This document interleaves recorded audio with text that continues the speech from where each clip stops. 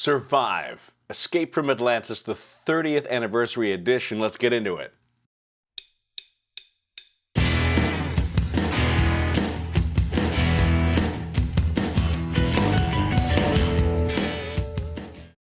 Thanks for tuning in to the Tom Patelson Show. Welcome to my review of Survive. Escape from Atlantis, the 30th anniversary edition. My family got this game in 1982 when it was originally released.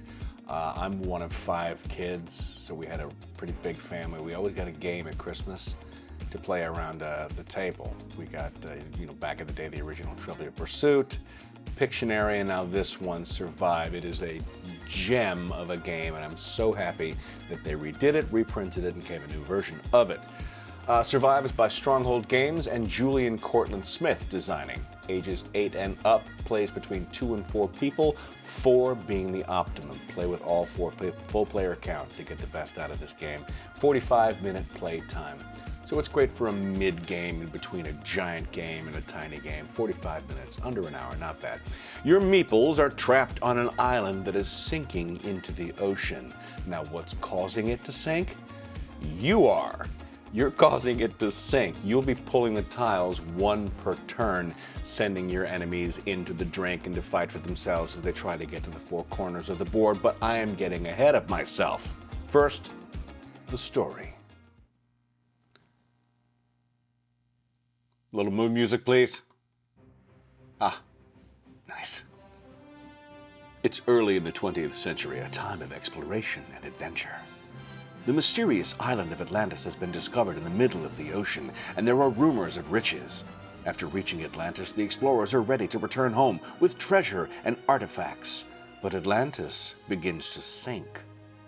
In a panic, the adventurers try to avoid a terrible fate. The luckiest will find a boat to return home, while the less fortunate will have to try to swim for it. But nobody will be safe from the sea monsters, sharks, and whales which live in the ocean around Atlantis. Who will manage to reach dry land? Atlantis is made up of beach, forest, and mountain tiles, all placed randomly face down. The beach tiles will disappear first, then the forest, and then the mountain tiles. And under one of the mountain tiles is the volcano, which triggers the end of the game and the scoring round. You'll build the island, place your meeples on the island, and then the boats, and then the game begins.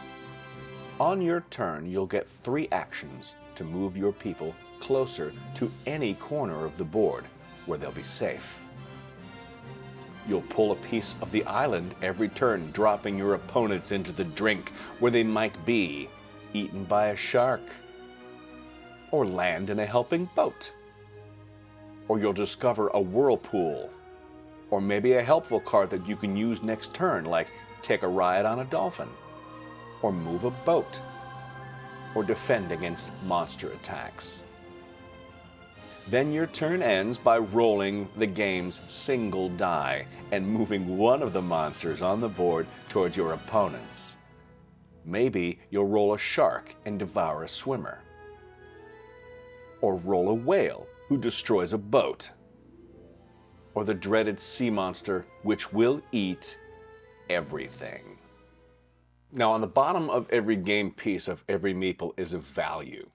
You'll get to know these values at the beginning of the game as you're placing your meeples on the island, but then you can't look at them until the very end. So you got to kind of remember where the important meeples are.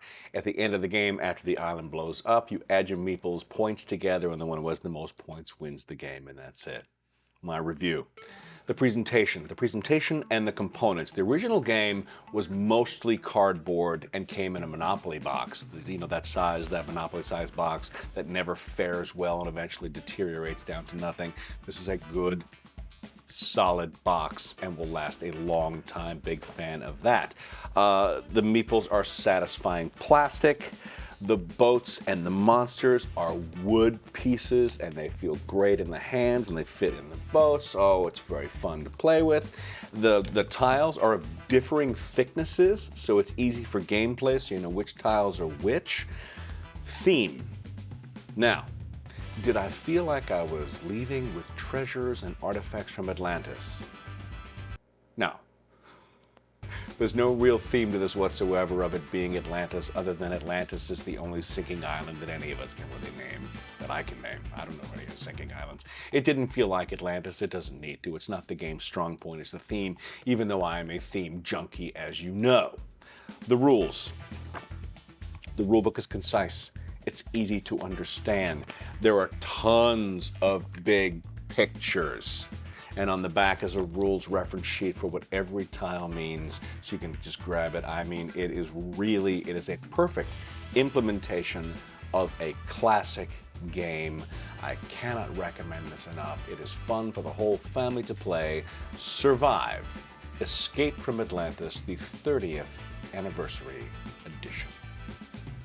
That'll do it this week for the Tom Patelson Show and my review of Survive, Escape from Atlantis. I appreciate you coming by. Like and subscribe this video if you like the content. My stuff drops on Sunday.